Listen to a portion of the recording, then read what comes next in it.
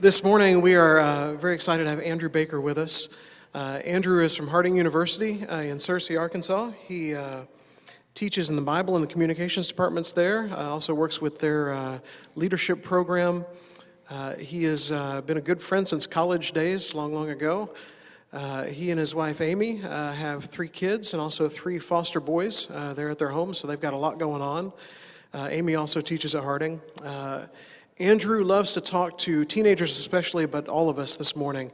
He runs the summer camp there at Harding where they bring in well over 1,000 kids every summer and talk a lot about God and things that matter. And we're really excited to have Andrew with us today. I'll bring Andrew up and we'll pray for him, and then I'll let him speak to you. God, we thank you this morning for Andrew. We thank you for his heart, for his desire to tell people about you, for his desire to show love in what he does. And help him this morning as he brings our rally weekend to a close to relay the things that he would like to say and the things that you would have him to say. And most of all, help us to glorify you as a result of what happens here today. In your Son's name we pray. Amen. If you have your Bibles, you can open with me to Mark chapter 12. Mark chapter 12. We'll be there in a moment. I gotta, wow. All right, check this out. So if you haven't been here with us this weekend, Brian mentioned in the communion thoughts, we've been having some fun with technology, and we're about to have some more fun. You guys ready? Now let me tell you first off, that Emily, that's Deacon's mom, she posted this right about the time church was starting.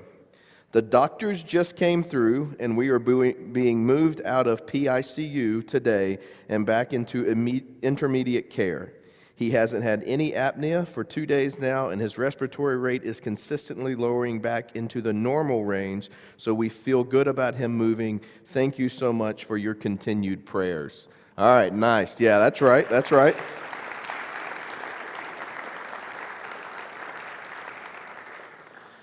Brad Montague texted me back. "Oh my," was his response. "Thank you, friend. So cool. Please send our love in return. Little man is home and healing, overwhelmed by all the love. Miss you."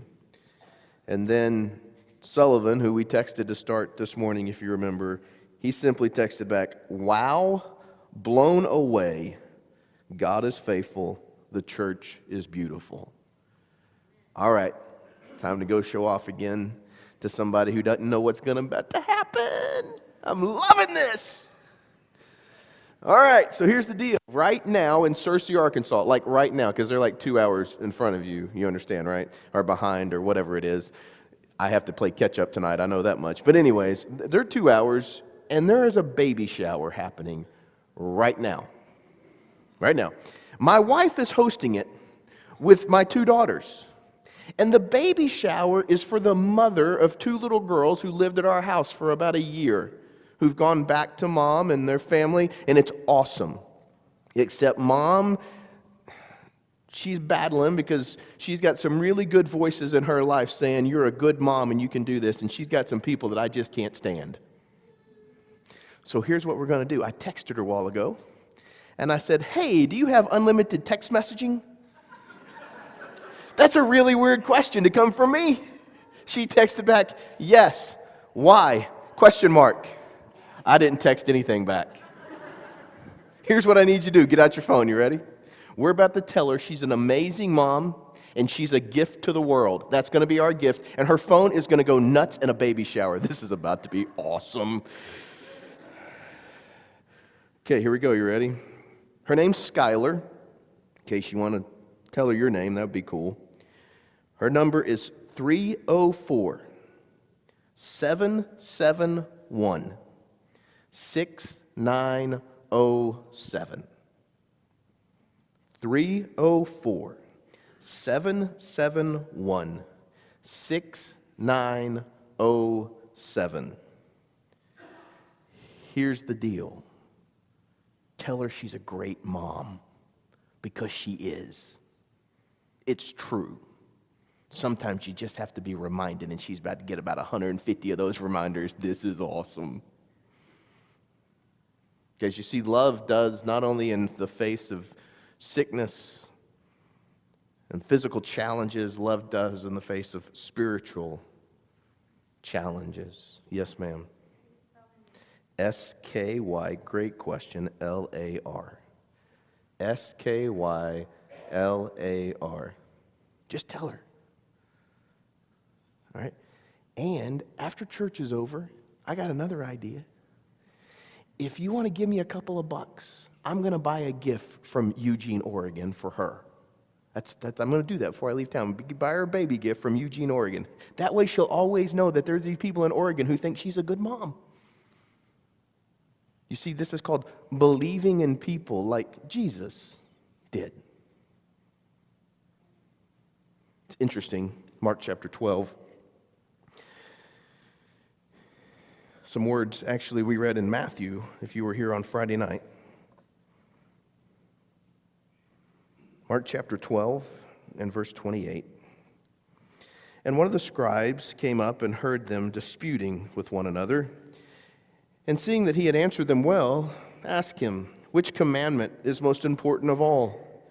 And Jesus answered, the most important is, Hear, O Israel, the Lord our God, the Lord is one. And you shall love the Lord your God with all your heart, and with all your soul, and with all your mind, and with all your strength. And the second is this, you shall love your neighbor as yourself. There is no other commandment greater than these. And the scribe said to him, You are right, teacher. You have truly said that he is one, and there is no other God besides him, and to love him with all your heart, and with all your understanding, with all your strength, and to love your neighbor as yourself, is much more than all the whole burnt offerings and sacrifices. And when Jesus saw that he had answered wisely, he said to him, You are not far from the kingdom of God. And after that, no one dared ask him any more questions. The question came to Jesus, what is most important? And Jesus says, love. And to love not only the Lord your God with all your heart, mind, soul, and strength, but then to also love your neighbor as yourself. You just texted a neighbor named Skylar, and you loved on her. And her phone's going to blow up, and this is going to be really funny. And man, will it be a reminder. That baby's going to come on Thursday. When baby comes on Thursday, little big sisters who lived with me for a while are coming back to our house for a couple of days. This is going to be interesting. We're going to go from 8 people to 10 people at our house. We don't have a vehicle big enough to get everyone around. This is going to be fun. They all think they're related. They all call each other cousins. They are not related, for the record. But love, it just becomes, well, as my buddy Bob Goff, who wrote the book Love Does, says, it becomes whimsical. It becomes whimsical. It becomes an enjoyment of embracing God and loving the world in which He has created. Because we love Him with all of our heart, mind, soul, and strength. Guess what? When you put heart, mind, soul, and strength out there, doesn't leave anything out. That's all of you. All of anything about us loves.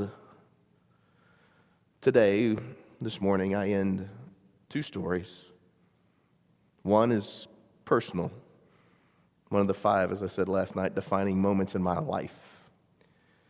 And the other's a parable that I hope you leave here and see how significant it becomes. F.W. Maddox was 90 years old.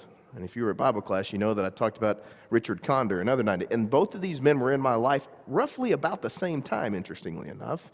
But F.W. Maddox, he has a really important role that he played in my life. You see, F.W. Maddox was a man who was called by a group of men in Lubbock, Texas, a long, long time ago to come to Lubbock and start a college. And as the story is told, F.W. Maddox is sitting at a table with these West Texas businessmen who want to start a Christian college, and he said, well, that's okay, I'm not going to have to worry about going there because they're not going to have any money.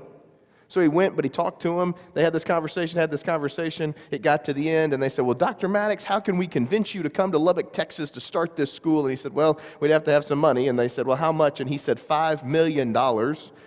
That's in the late 50s, folks. $5 million was a lot of money, and the story is told that a cowboy, oh man, at the end of the table took off his cowboy hat, took out a checkbook, wrote a check for $5 million, slid it down the table and said, Dr. Maddox, what next? I'm kind of glad that all happened because you see there's this man from northeast Mississippi, a little town called Corinth. He went to Hawaii, and on the GI Bill he came back to go to school because in Hawaii he figured out he needed to be a minister. So he comes to Lubbock, Texas at the age of 26. He meets this girl who's a freshman. Dad didn't mind to rob the cradle. And they fall in love. Not really. They have a really kind of a rocky start, and my children are starting to learn the story of their grandparents. They don't know how in the world their grandmother ever said yes, but she did, of which I'm quite grateful in Lubbock, Texas she did, because here I stand today. You see why Lubbock Christian's important? Well, Dr. Maddox lived in Searcy. I was a youth minister for the college church. I knew he was there. I knew him and my dad had a relationship. I didn't know him besides about him. He's kind of a legend. He didn't just start schools. He did a whole lot of other really good stuff. At the age of 90, Dr. Maddox climbed up on a ladder to take down his Christmas lights, and he fell and broke his neck. They took him to Little Rock. They got him all set and put the halo in and everything. They brought him back to Searcy to start rehab, and the first night back in Searcy, hallucinating on pain medication, he ripped the whole halo out. His wife, Reba, who's one of the sweetest, gentlest women you would ever meet in your whole entire life, came to the church staff and said, I need help. I'm going to stay with him from 7 in the morning to 7 at night. But I need people who will stay from 7 at night to 7 in the morning. I need men who will come and stay with my husband. Being the youngest and newest guy on staff at church, it fell to me to be responsible for people being there, which was cool. That's fine. I'm all good with that. However, when somebody wouldn't show up or have a last-minute cancellation, guess who got to go? On top of the times I was already going anyways. And may I just remind you that when this event happens, Amy, my wife, and I have been married for 6 months. We newlyweds. A couple times, and finally, one time Miss Reba came to find me and she said, we have a problem. I said, what's that, Miss Reba? She said, my husband, you're sending these college boys to stay with my husband. Yes, ma'am. He is talking to them too much. He's staying up all night having these deep theological, doctrinal conversations, sharing them about the Bible and how to teach the Bible. The man loved to teach. She said, the problem is he's falling asleep in rehab during the day. They have to quit talking to him. I said, Miss Reba, have you ever tried to get your husband to quit talking? She said, I know, but if you get up and walk out of the room, he can't follow you. Good point. So I started telling the guys, eventually you got to kind of leave and make sure he's getting sleep. And one night I went and I was like, all right, Dr. Maddox, I'm going to have to go out in the hallway. And he said, you sit there, boy. I was like, excuse me? I know what she's told you. But I'm still the man of this house, even if I'm in a bed and unable to move. And I said, yes, Dr. Maddox, you are the man of the house. However, you cannot follow me outside and you must sleep. So we had a little tension there, if you understand. I'll never forget when the nurse came to the door and she knocked and it was kind of late and she signaled to me to come down the hallway, and I went in the hallway and I said, yeah. She said, is he as important as he thinks he is? And I said, excuse me? She said, is he as important as he thinks he is? I said, well, what do you mean? She said, well, we got a lot of people up here and, they're kind of losing their minds, so they have these grandiose ideas that they're really somebody important. She said, but did he really start a college? And I was like, yes. Did he really write the book, the first kind of definitive book against evolution? Yes. Did he really? And she went through this list, all of which were true. Yes, those are all true. She goes, wow. She said, did he write a book with the love letters in the back? Okay, now here's the story on that. His wife, his first wife, had Alzheimer's for 20 years. He never put her in a home. He never did not have a day that he did not care for her. She would travel the country with him, not having a clue where she was or who he was. He did her hair every day. He did her makeup every day. And he would tell you it was very simple. I said, until death do us part. But when his wife passed away, he knew who he wanted to marry. Her name was Reba. He lived in North Carolina. She lived in Searcy. He wrote a letter to her. The first letter says, dearest Reba. And he goes on this eloquent thing, and at the end of it he says, I believe God has told me I'm going to marry you. That's letter number 1. I haven't talked in 25 years. He's a little confident. She wrote back and said, thank you, Brother Billy, but I'm not interested. He wrote back, you will become interested. And 27 letters later, she says, I will marry you. And it's all in the book. It's like the Notebook for good. And the nurse said, is it true? And I said, it's true. She said, every nurse here wants a copy. I said, okay. So I went back into his room, and he said, what did she want? I couldn't resist. I said, she wanted to know if you're as important as you think you are. What did you say? Of course not. What did she really want? She wants a copy of your book. Actually, all the nurses do. He said, I knew it. I heard him talking in the hallway the other day. I said, well, what do you want me to do? He said, there's a case at my house. It's in the garage, up on the top shelf. You just go bring that to me, and then you distribute them. One of my regrets of life, I have many, but one of them at the top is I took that case of books and went to his bedside, and he hand-signed. He couldn't use his hands. I had to hold his hand and hold the pen, and we moved together, and it was not really a signature, but it was a signature, and I passed those books out, and I so bad wish I would have kept one. I have a copy. I bought it off eBay, but I didn't have a signed one, but that's another story. So you got to understand Dr. Maddox. You have to understand the influence he's having on me. We're talking about all kinds of stuff at all kinds of hours, and we had some code language. Young man meant he was going to teach me something. Andrew meant he wanted something done. Andrew, I need a drink, so forth and so on. And it's late one night, about 2 a.m., Dr. Maddox says, Andrew, I need to go to the bathroom. In his state, he had to help with all of that. He made jokes about it. I came as a baby and someone had to change me. I'm going to die as an old man and someone's going to change me. But it's okay.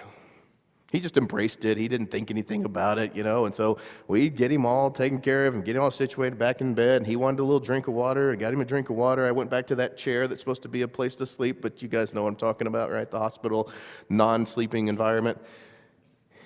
And I'm about to just chill, and the lights are off. Just his little nurse light is on. And he says, young man. Yes, sir.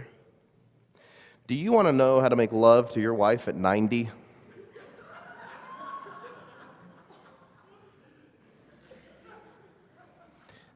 I've been married 6 months, may I remind you. In my mind, I thought, not exactly. What came out was, sure. He said, well, first, it doesn't work like you think it does. Well, that's good to know. He said, I said make love, which means that to your wife, you will do everything for her you know she loves. And in response, she will do everything for you she knows you love.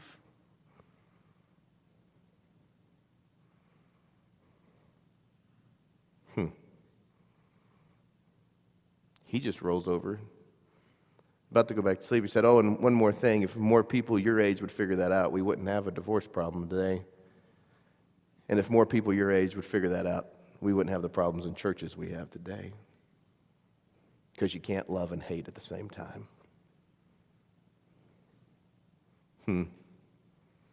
He rolls over and goes to sleep. I'm in that chair going, what in the world?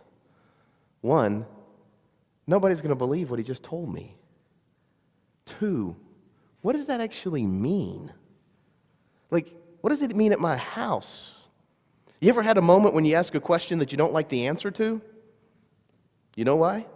Because I knew immediately what the answer was to the question, and it was a made bed, and in my world, that's way overrated. You see, Amy and I got married. We're married 6 months.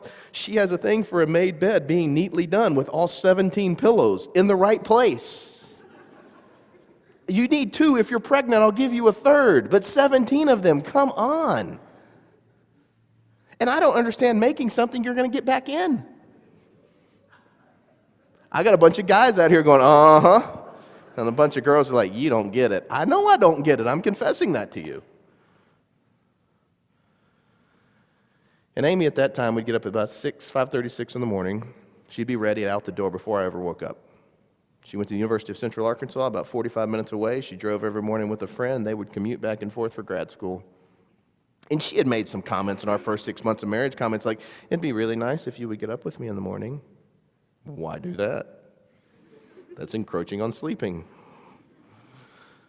And I wish I could tell you that the next morning when she got up, that I got up because I was being a good husband. That would not be true. I got up because I had to go to the bathroom. And when you get up and you have that experience, some of you have experienced it even this morning, you got up, you wanted to go back to bed, but you couldn't. You're like, oh, crud, I'm in this stuck in between stage. And I'm stuck in between, and I go downstairs and think, Amy's in the shower, she's got no clue. We haven't even talked about Dr. Maddox or what he has said. And I went back upstairs, and I made the bed, put those goofy pillows all in their right place. I was tempted to make them backwards just for the heck of it, but I didn't. I put them all in their, assigned spots. I went downstairs, don't be impressed. I just thought, what about if I make her breakfast? And it wasn't breakfast. 2 Eggos and a glass of orange juice, any of you can do, so that's not a big deal. And I took it upstairs and put it on the bed and went back downstairs and watched SportsCenter. That was in previous phase of life. Now, children, I don't get to watch it so much, but that's okay. And Amy came down the stairs, and when she did, you would have thought I gave her $1 million. I was like, that's interesting. She leaves. She calls me about halfway through the day, and she said, hey, you want to have dinner tonight? We didn't ever do that. Time, youth minister, schedules, we kind of crossed in the wind. I was like, yeah. She goes, all right, well, it'll be ready about 5:30. Okay. And if she was here, because it's funny when I tell this story, people are like, really, she did? She was here, she would say, yeah, she did. Because when I came home that night, my favorite meal was made. That's what was on the table. She never asked. That was what was on the table, though. And I'm not always the smartest guy. I'm going to confess that to all of you right now, because about halfway through the meal, I made the following comment. If I knew I got to eat this every night, I might make the bed every day. Poor judgment. And so we proceeded to have a conversation, though, now about what Dr. Maddox had told me. And she said, Andrew, it's funny. She said, I just felt inside when I was driving to school this morning that that's what I should do. Ladies and gentlemen, do you understand how love works? Do you understand the love that Jesus is going to write about? What it looks like is it looks like an action in the present tense, not the past. It looks like a challenge and a call to us and to respond. And how many times are we planted a seed inside of our heart of something we should do and we pass it off like, nah. And that seed came and Amy's like, I'm sure it probably came because of a made bed because I was just such shock. I was like, well, And I'm not going to stand in front of you guys and tell you that every day I make the bed, because that would not be a true statement. But I've learned how to temper tense moments at my house. A made bed and a picked up room go a long ways. I went back to stay with Dr. Maddox my next go around. I guess it was in my body language or something, because I walked in and he went, I'm right. And we had a conversation about why that works. Do you know why? Because we're wired that way. When Jesus gives the instruction to love the Lord your God with all your heart, mind, soul, and strength, he's giving an instruction of which you can accomplish. And sometimes that accomplishment comes in little bitty decisions, not in grandiose actions. My little bitty decision was to make a bed. Not complicated, not hard, doesn't take a degree.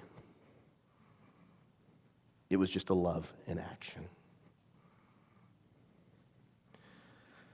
I'm technically out of time. Do you have time for one more story? All right. It's a parable. It's a parable of Scott and Mark, two guys like a bunch of you, who went to an event a lot like this. Neither one of them wanted to go. It was an event that talked a lot about love. Actually, a guy like me who stood up and talked about making a bed, maybe in your own home. Because, see, some of you have a lot of disharmony and problems going on at home that would simply be resolved if you got up earlier in the morning. Because every morning for you going to school is a fight because you think you have to sleep because the world's going to come to an end if you don't get enough of it. So you put the tense, it's just tense from the get-go, and then parents are involved, and then it's just like this. And the next thing you know, grandma's got a call to talk you off the ledge that it's okay. At least that's what happens at my house. Grandma calls the 14-year-old to tell her that we're not as crazy as she thinks we are. That's how the parenting thing works out. It's fantastic. Not really. So Scott and Mark are at this event. Neither one of them wanted to be there.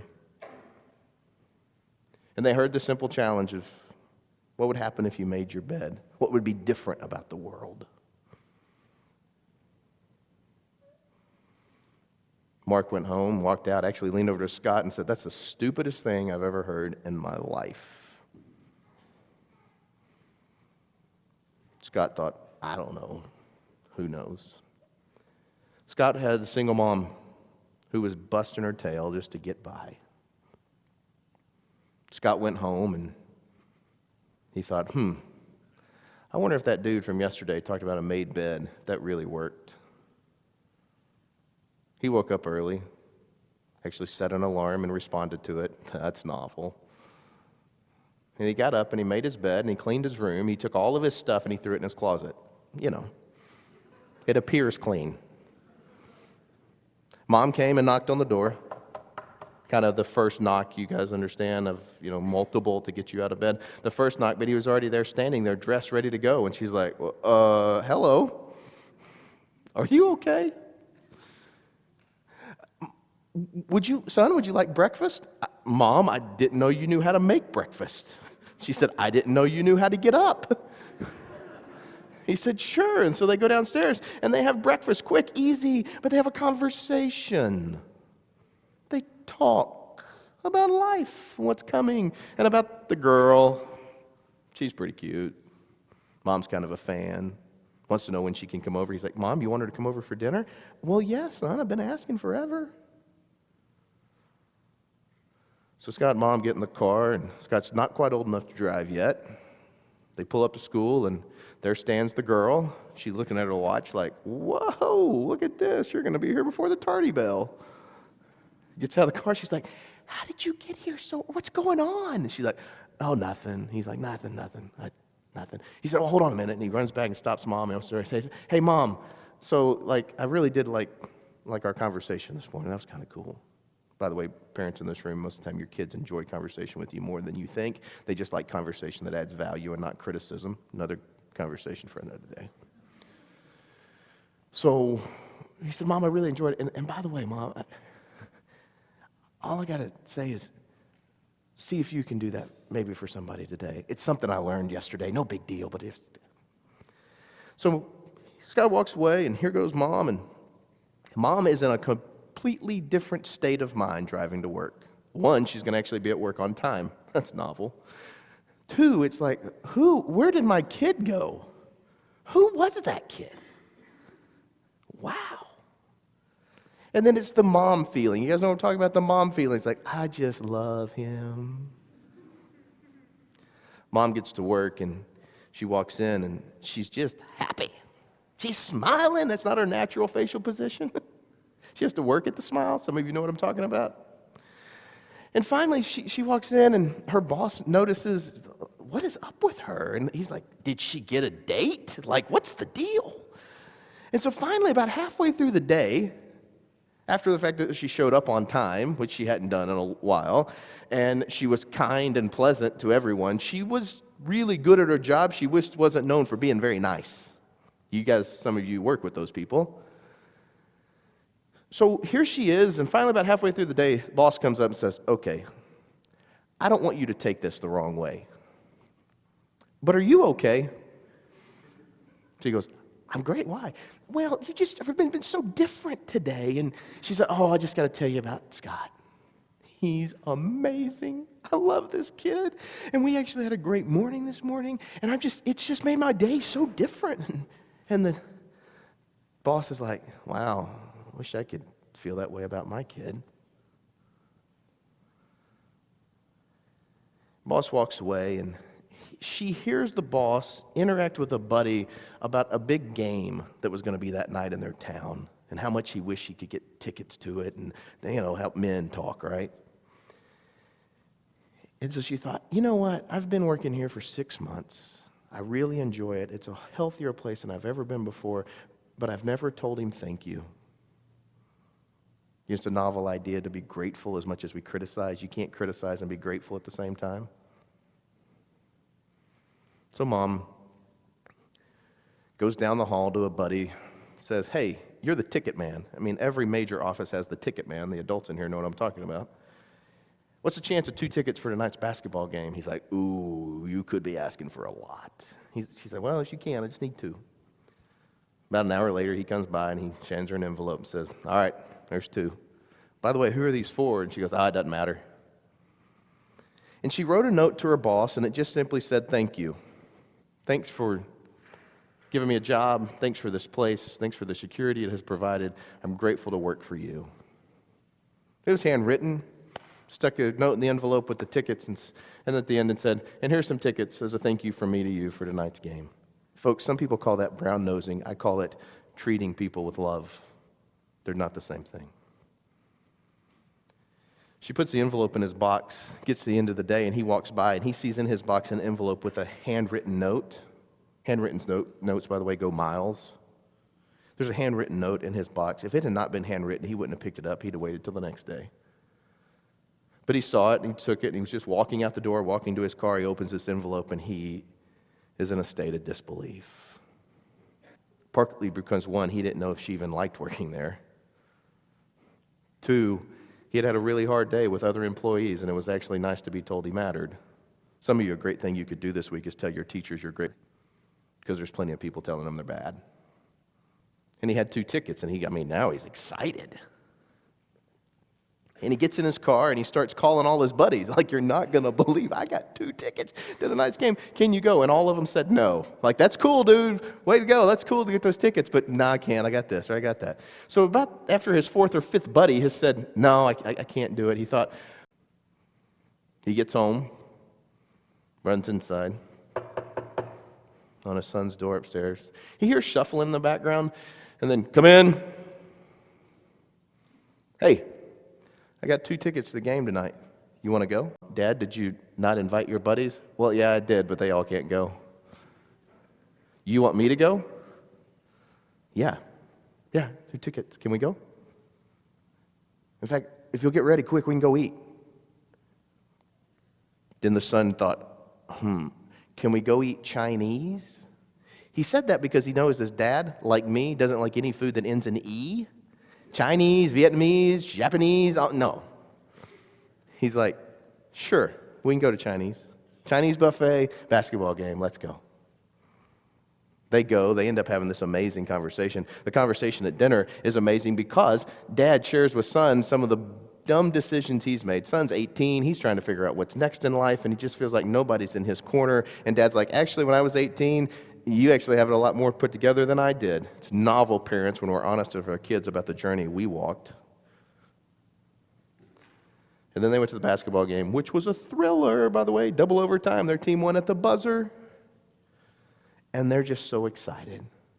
They get home and they just come in excited, and mom's there, and she's like, what is this? Who are these people? Moms love it when their kids and their spouse have a good time. It's amazing how much moms' faces just light up. Dad went to his room, son went to his room. Dad just can't stop talking. He can't stop talking about dinner. He can't stop talking about his secretary giving him tickets. He can't stop talking about the game. He's just gigged. It's like he's got the shot of adrenaline and he didn't have to take 5-hour energy. Healthy energy is an amazing thing. And he told his wife, he said, turn on TV. You got to see this shot. It's amazing. She could care less about basketball. But she wanted to care because he cared. Novel.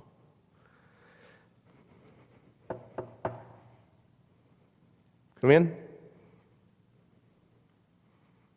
Hey, Dad. Thanks for today. That was a lot of fun. I thought you might want to see this. Turned around, he walked out. He opened up a piece of paper. The top of the piece of paper said, I don't matter. I'm not needed. I love you, but you did not love me, and I'm sorry. Goodbye. There was a line drawn through the piece of paper. Dear Dad, I was writing this when you knocked on my door this afternoon. I wanted you to find me dead.